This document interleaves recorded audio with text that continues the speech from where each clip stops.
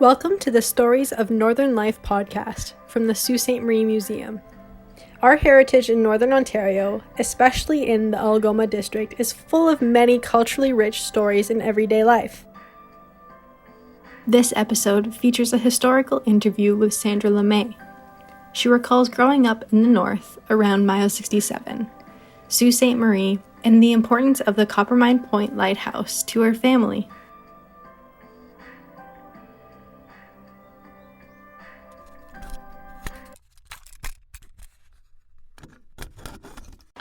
From what I can gather... He started it, right? Yeah, he built this originally. The road was just going through when Hockwell construction was going on in the both mines. What was the name of the construction? Hockwell.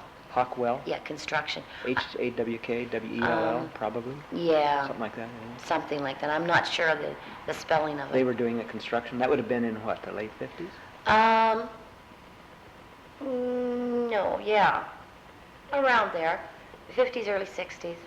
Things like that. Hockwell was here still in the 60s. In the sticks. Yeah, and the mines are still open. Both mines are open. Which mines? That's Coppermine and Tribag. Yeah.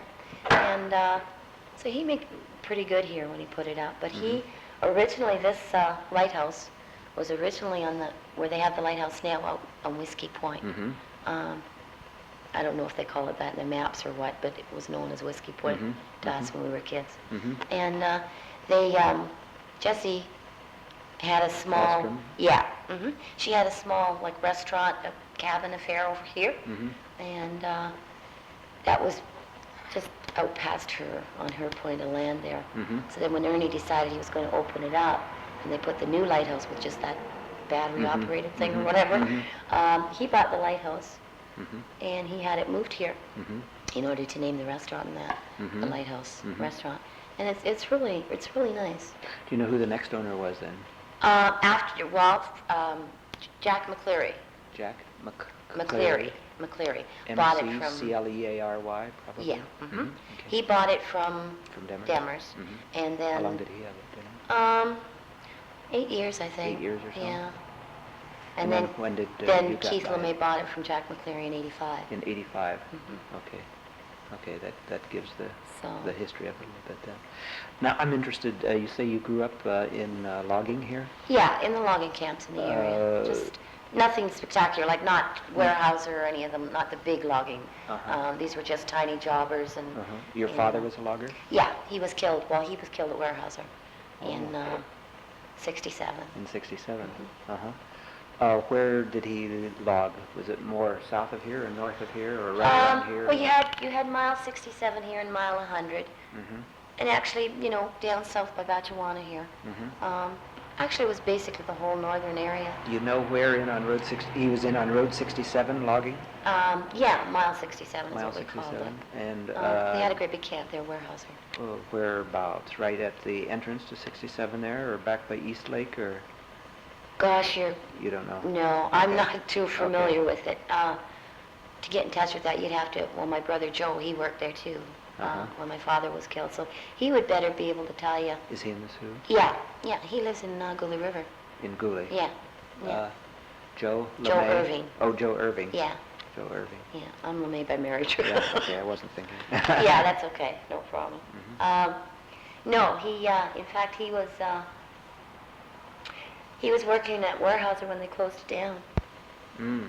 When Weyerhaeuser was taken over, or was sold to... Rodis. It used to be Rodis Lumber. Before Weyerhaeuser. And Weyerhaeuser bought from Rodis. Yeah.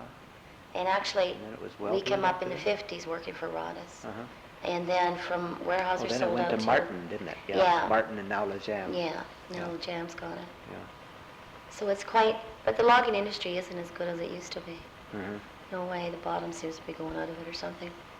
You just... I know Martin and Lejam are... And one seems to be just selling to the other one, it just seems like actually, it's an era that's passing. Part of it has to do with the export to the U.S. probably, and that free trade duties thing, and lack of duties or whatever, I don't know. That's killing us. I mean, it's all for the States, not for us. Yeah. But the whole point is, no, it was really nice up here. I've watched it. Well, I come up here when I was 8, and I'm 41 now. So I always seem to eventually come back to it. You know, it's got a hold of me. Superior, I don't know, it just seems to get a hold of you, and you just, I don't know, it gets you. Where did you live up here? Did you live at the camp there at 67? No. At 67? When my father was employed at 67, we had moved to the Sioux by then. To the Sioux. And he traveled. Did you ever live up in this area? Yeah, I lived up back in the camps behind Batchewana. Herman Stockman was a logger then. And did your dad work for Herman Stockman? yeah, my father, my stepfather, my mother was the cook of the camp. So. Oh. Yeah, but all four are dead now. Whereabouts back there behind Batchewana, do you know?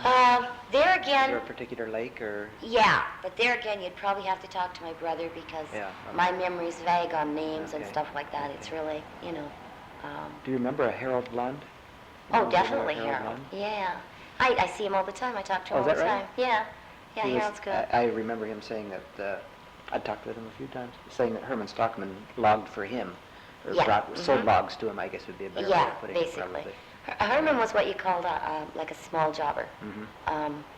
He got contracts, and then he employed, again, subcontractor sort of thing to work for him. You weren't paid by the hour or anything. You were paid by the work you accomplished, which is far better. It's too bad they didn't, do that nowadays. But everybody wants an hourly wage.